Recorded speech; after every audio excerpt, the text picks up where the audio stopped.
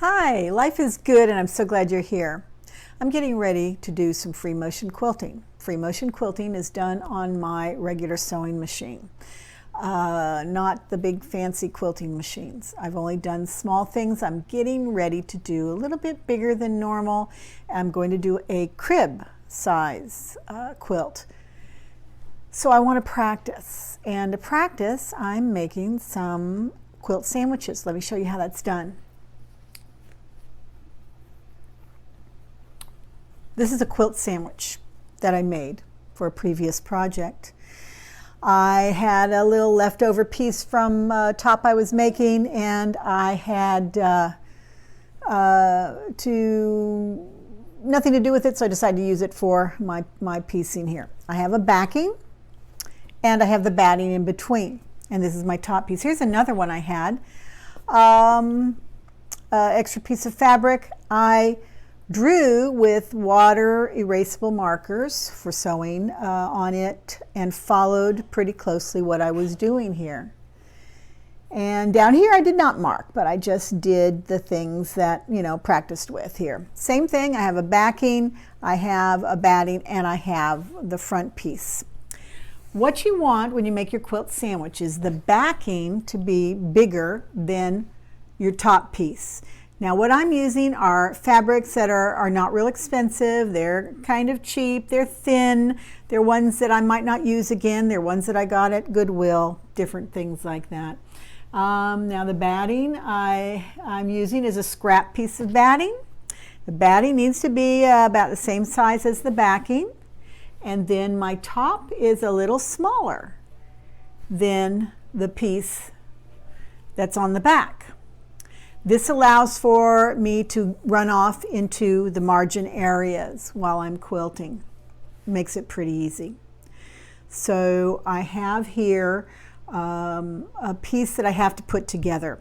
If I were hand quilting, I would baste these three pieces using needle and thread.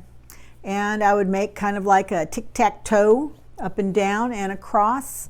Large stitch basting. The problem is when you are quilting and you're quilting small areas like this, it's a real hardship pulling out that basting when you're done. So when you're doing a free motion quilt, you generally use safety pins to baste it. When you're using, this is the regular safety pin, they're fine to use. I would say to make sure they are rust free, they're stainless so that they aren't possibly going to rust on you if you forget and leave them in here for a few years. Some people have. There are quilt safety pins also that are bent here on one of the long pieces so that it makes it easier to scoop in and go up. What I want to show you though is how to do the safety pin. Using the safety pins, you will need to start in the center. Starting in the center and moving out this way with your pins keeps the fabric going this way, as opposed to starting from the outside and then moving in. You might get a bunch of fabric in the center. So you don't have to be real exact on your center. You start in the center. I use a rotary mat for my bottom to protect my table, and I bring my pin in all the way to the hilt here.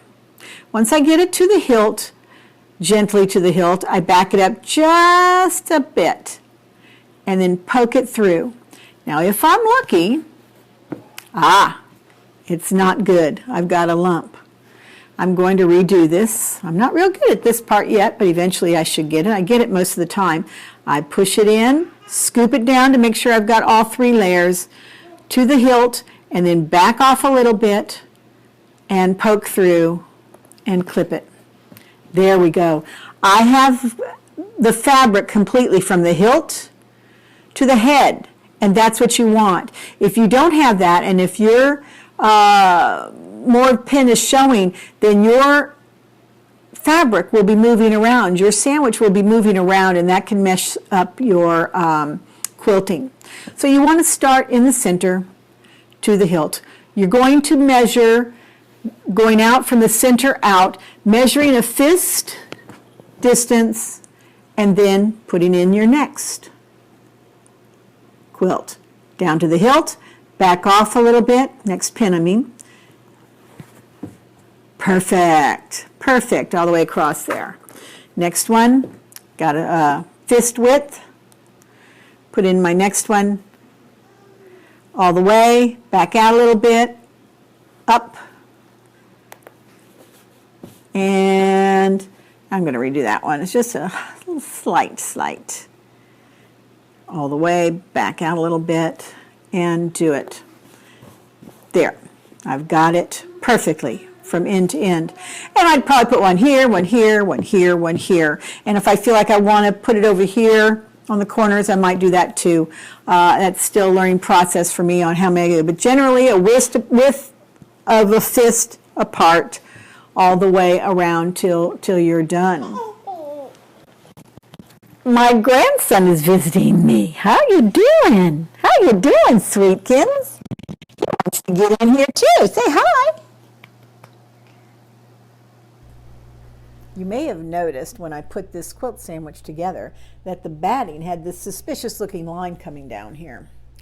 That's because I pieced two of them together.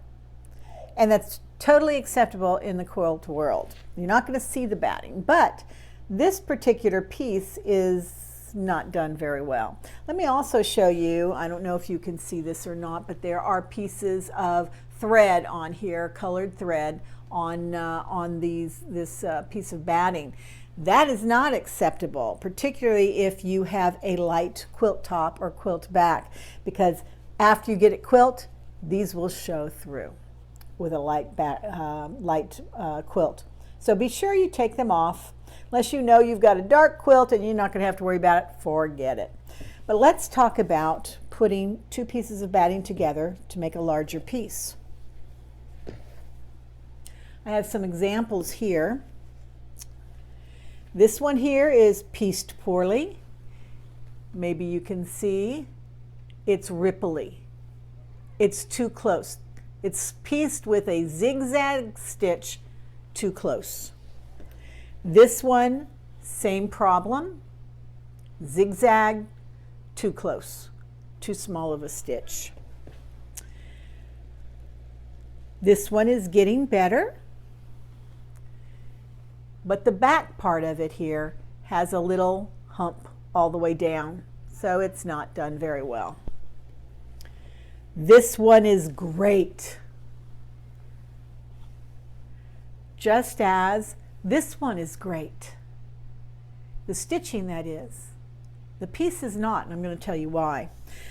First of all, I can feel, if I'm to run my hand over here, I don't even feel where it starts and ends, the two pieces together, which makes it nice.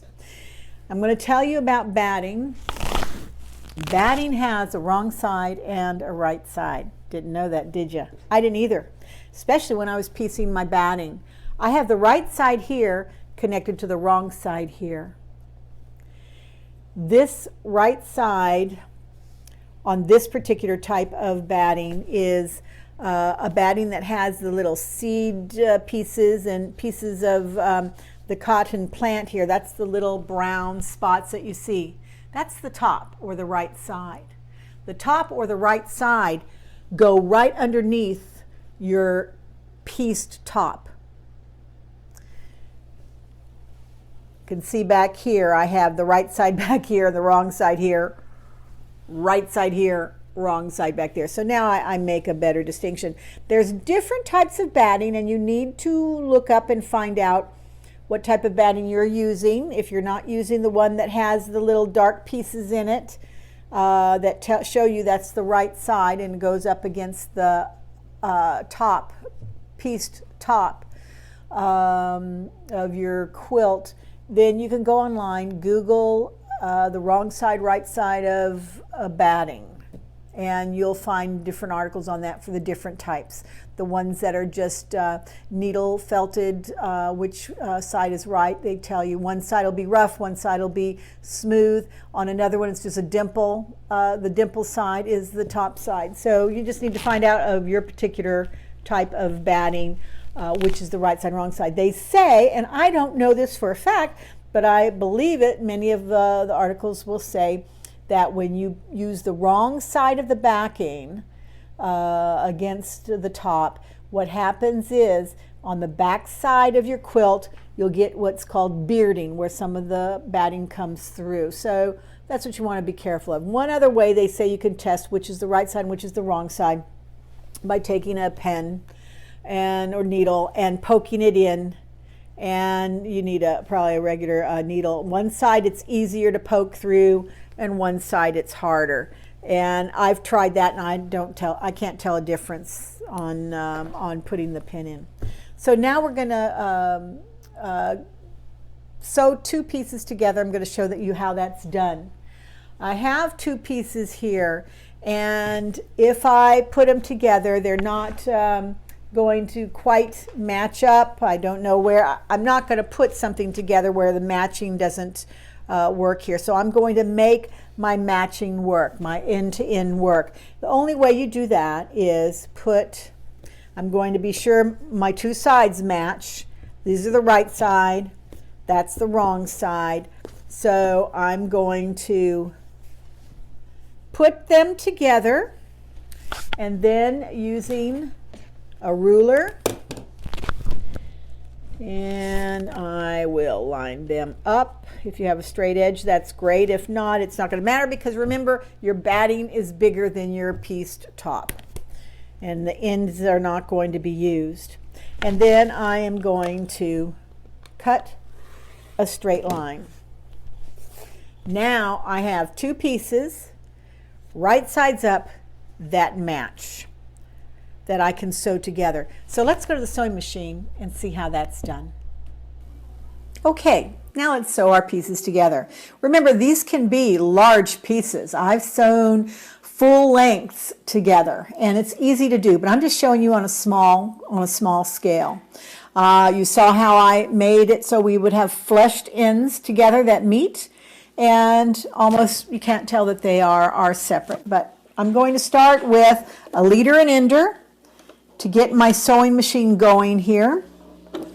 And it's going, I see I'm on zigzag. I'm on my largest stitch of zigzag that I can be on. It's not important to be tight. Once you quilt your piece together, it's going to be tight with all the quilting done around it, so you don't have to worry about that. You want a flat piece. You don't want anything coming out of whack here. So I'm nudging it up in here as I go, getting it up. I want my needle down, getting it right up in there, and I've got it going right down the center here, my two pieces.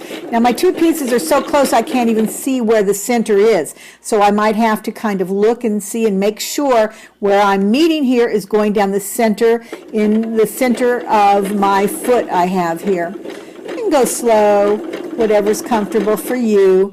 Make sure they're butted together. Stop and butt them together without being bunched together, just butted together. Bring it to the end, and then you're done. Cut your thread, take your leader off. I did not use an ender. Beautiful. I can't even feel where it begins and starts, and that's how it will look. Wonderful. Here's the finished product. You can see how nice my stitches are here. I had it on the largest one I could have, and it's smooth. I can't tell that it's not pieced together. I can't tell that it is pieced together, I mean. Very nicely done, and it is strong. Look at that. I'm pulling it apart, and it is strong. It holds together well. That's doggone strong, guys. So I hope this opened a whole new area to you. Quilting for me, free motion quilting for me, was a hard thing to get into. I was really afraid, and now I'm getting my feet wet, and I want to share with you the things I'm learning as I go here. Like I said before, I am a beginner. I've been quilting for 4 years, but I'm still a beginner. There's a lot to learn, and I'm taking my time. That's all right. But I hope that you will start free motion quilting. But if not, that's okay. I hope you come back to my channel again. I'm getting a lot of looks, especially on my strip quilting video. And I found another one I want to do, another strip quilting video that involves making them into hearts. And I think that's going to be a lot of fun. But I have other plans on videos. Hope you will come back again. Leave some messages. That's wonderful. If not, that's fine too. Because life is always good. Thanks for stopping by.